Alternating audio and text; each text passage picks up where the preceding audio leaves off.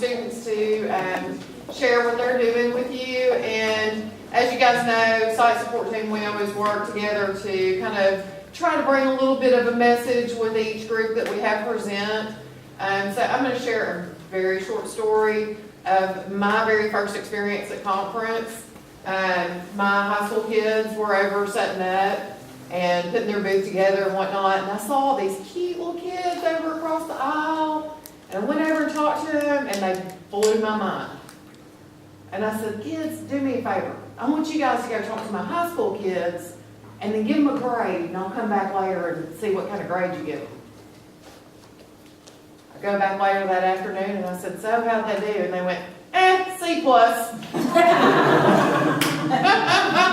So, with that in mind, we wanted to share some people who are awfully cute, but they are mighty, because these kids have some awesome projects to share and a great facilitator leading them. These are Carmen McBride's kids from Don Roberts Elementary.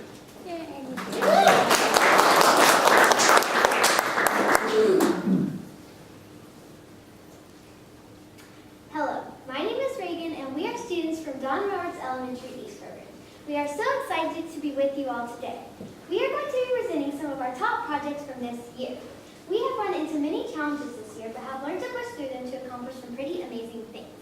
We have been a program for about a decade, and our journey in the East has helped many people, including us, in unimaginable ways. We have made tons of new partnerships, conquered difficult new technology, and learned to really work together along the way. So here are just some of our top projects from this year.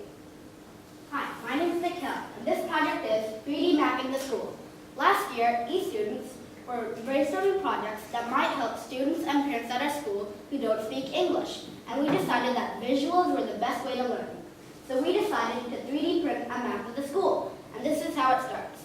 So first, we went to Inkscape, which is where we designed all of our plans of the school, and this is our first floor, and this is how it looked like in Inkscape. Then we went to Tinkercad, which is where you can see everything in 3D. And finally, we went to Cura, which is where you can decide the thickness of the walls and the dimensions that could help you in further 3D prints. So currently we are in the middle of labeling the school, and we're in the middle of labeling the second floor, and that's our first floor. And in the future, we want to be able to work with Oculus Rift, so we can take a virtual tour of the school, and that might help them memorize better.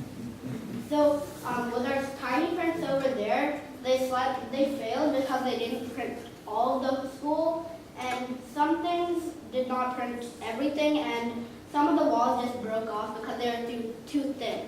So what we had to do was find a sweet spot in the dimensions of the school.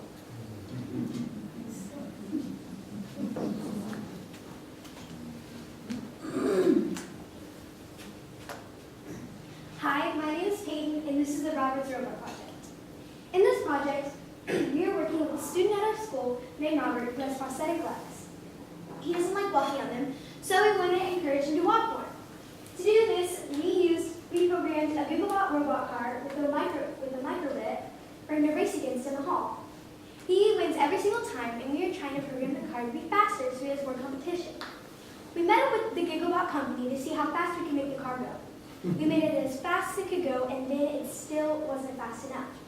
So we decided to make a remote control car that 2 Gigabots can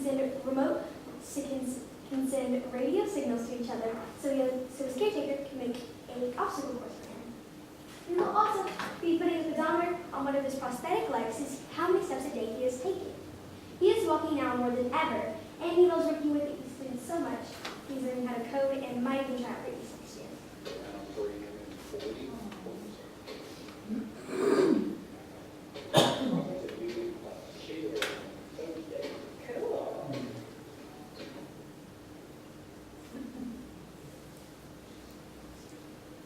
Forward it on that thing over there.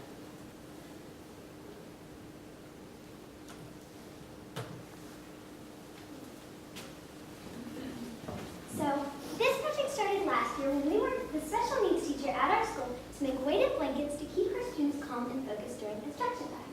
We found out that one of our students couldn't write due to a physical condition, so we started brainstorming brainstorming ways to help them. We decided that we would make a pencil grip and something to keep his arm instead.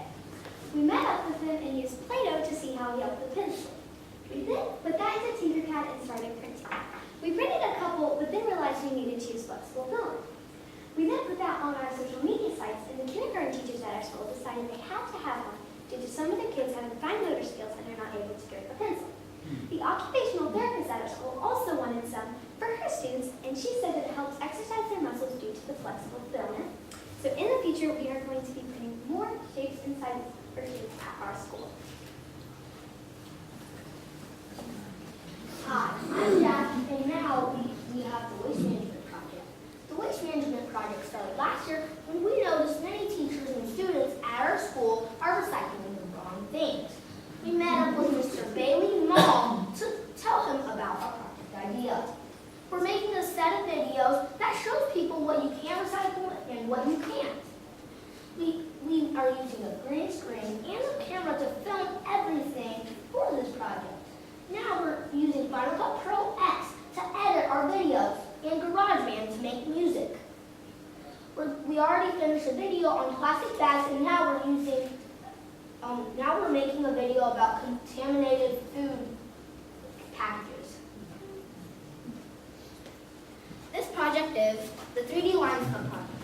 A few years ago, East students worked with the Arkansas School for the Blind and Visually Impaired to 3D print 6 busts of seniors at that school to make a full tactile yearbook.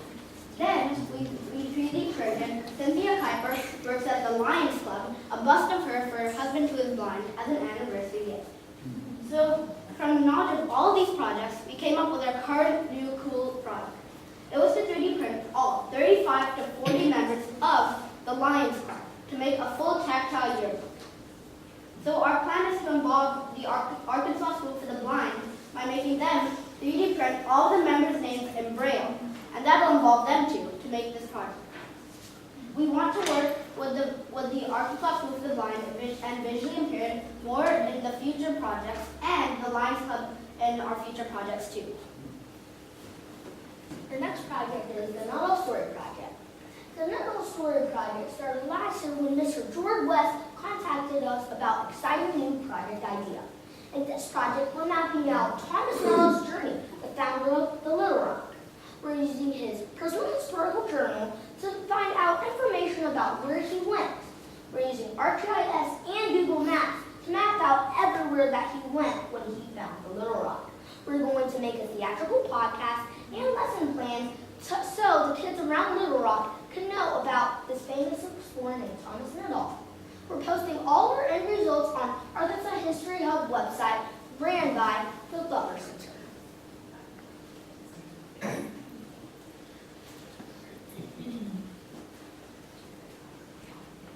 In this project, we are working with the education directors at the Little Rock Zoo to scan and print skulls and bones, also known as biofacts, for kids so kids can have a hands-on experience. We are also 3D printing QR codes. So so you can scan them and it'll tell about each biofact so kids know what they're talking about. We will also be helping update the signage of the zoo. For example, we will be 3D printing snake skin and putting it on the snake signs, and 3D printing the animals' eggs and putting it on their signs also. We are very excited about this new partnership.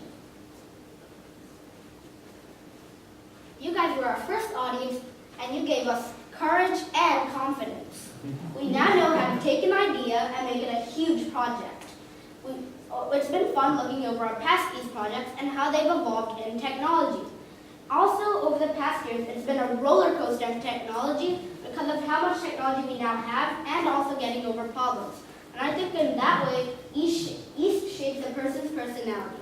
Thank you for listening to a few of our amazing projects. It's been an amazing experience talking to you. Woo!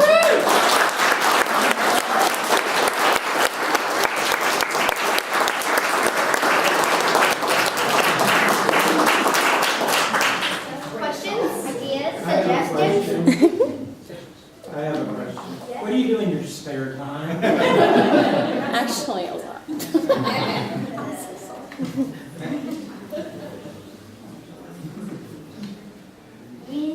Read books.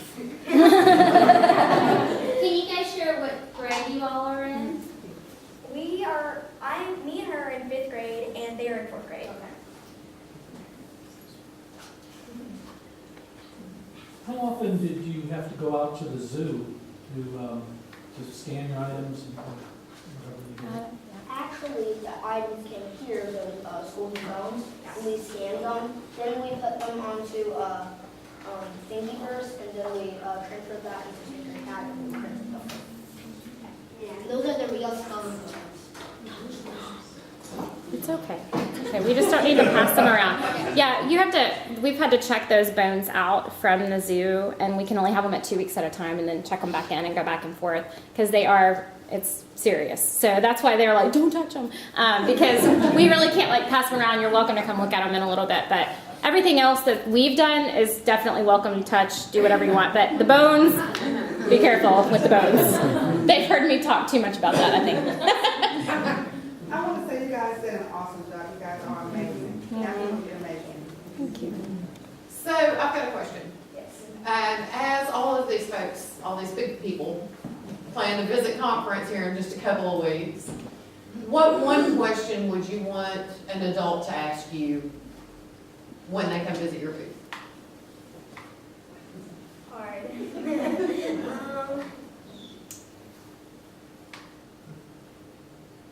Really, I like any question because it's fun to answer all of the different questions and kind of get to know someone by the questions they ask. I think you're good, right on point there, absolutely. How about you guys? What would be your favorite thing to talk about? A question that makes us think. Yeah. Awesome. But really, for me, just also like what Baby said, like every question, anything, because like she said, it helps me learn about other people. And also, I would just like to ask, like, especially you guys who work at East Initiative, like, what each of you do for a living. Like, because, like, what I'm understanding is that you guys are, like, awesome and you work every single day with technology. And that's, like, something I really want to do. You're hired. So, how long have you guys been in East? This is my 3rd year niece. This is my 2nd. This is our second. Any more questions or suggestions or ideas for any I got, why did you join East in the first place? What drew you to the program? Last year was my first year at Roberts because I was at a different school before, and what I've always loved, because I was in GT before that, and I always loved the extra kind of work and getting to do extra research and everything, and I heard East had to do with technology, and I always loved doing that day to day, and I really wanted to see how it was in a new school. Well, I just knew that it had technology, and I really liked doing technology. And that was like my first year, but after my first year doing East, I knew I wanted to try out each year to see if I could make it. Yeah, and I just wanted to do it because also my brother was in East and now he can't do it because he's at a different school.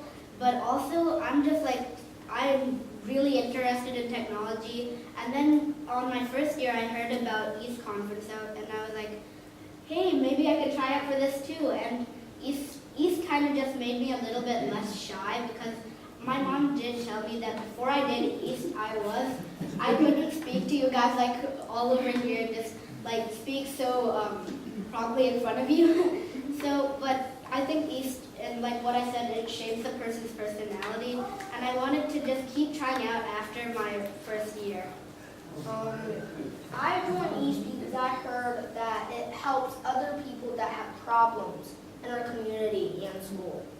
And I also like dealing with technology.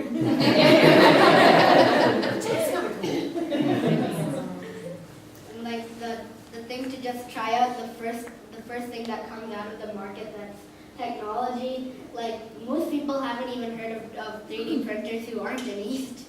So, and it just kind of recently came out, and I'm just like intrigued by the fact that you can touch the latest technology and help people too using it.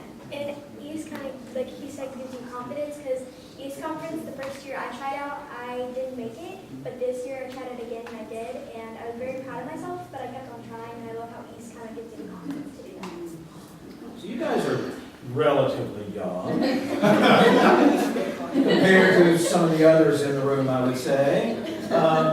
What kind of challenges does that present to you when you're working with people our age?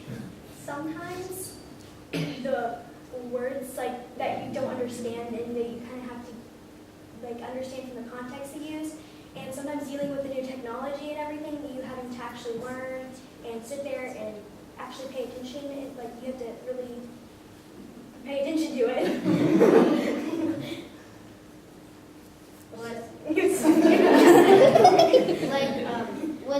Sometimes with other people who are grown-ups too, they think that you can't do as much as they think you can, so you kind of have to prove to them that you can do that much as they can. And it's just that too.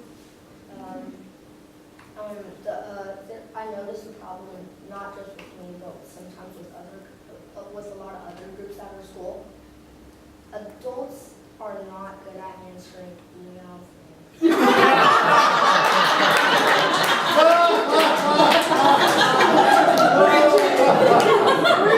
Amen. Yeah, but Jack, they have other things to do.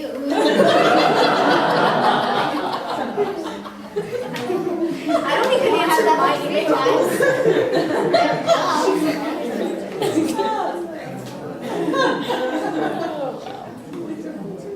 So when you get a new piece of technology and you start learning how to use it, how do you go about coming up with an idea of what you can use it for to help others? I think it's kind of like researching about that type of technology, and then depending on what your project is. For example, like with the 3D printers, we have used so many projects for those. For example, the making a yearbook for the seniors, and last year me and her project, her and I project, were making tactile books for them. And it's just so many, you can use, like for the Oculus, which is like a virtual reality thing, they 3D printed the school and they're trying to make a tour out of virtual reality. Some people think it's just for fun, but it actually can help a lot. What we do and what I think Ms. McBride does too is that first we don't buy the technology first, but we research the projects that we have currently and what we're doing, and then depending on that we buy the technology, because most of this is really expensive. I don't think Ms. McBride would kind of just waste it, and we're not even using it for a project. So.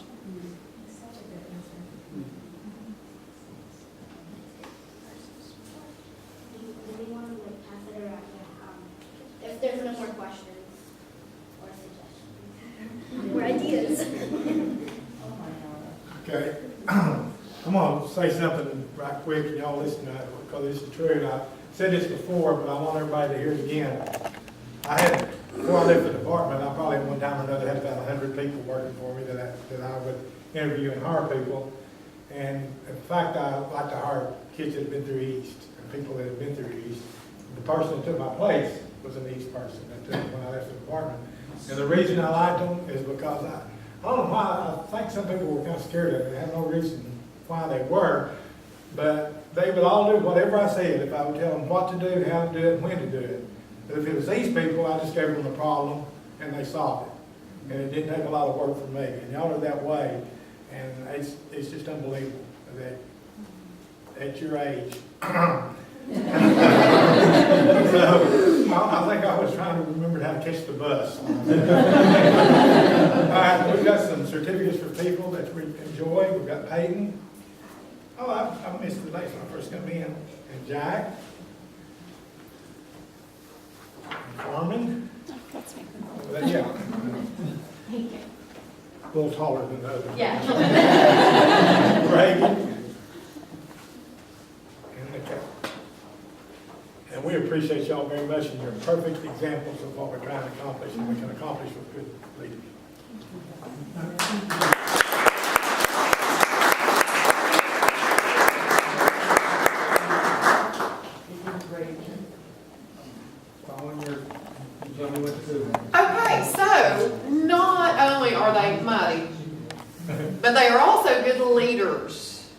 And if you guys will all follow them right now, they will lead us out for a picture.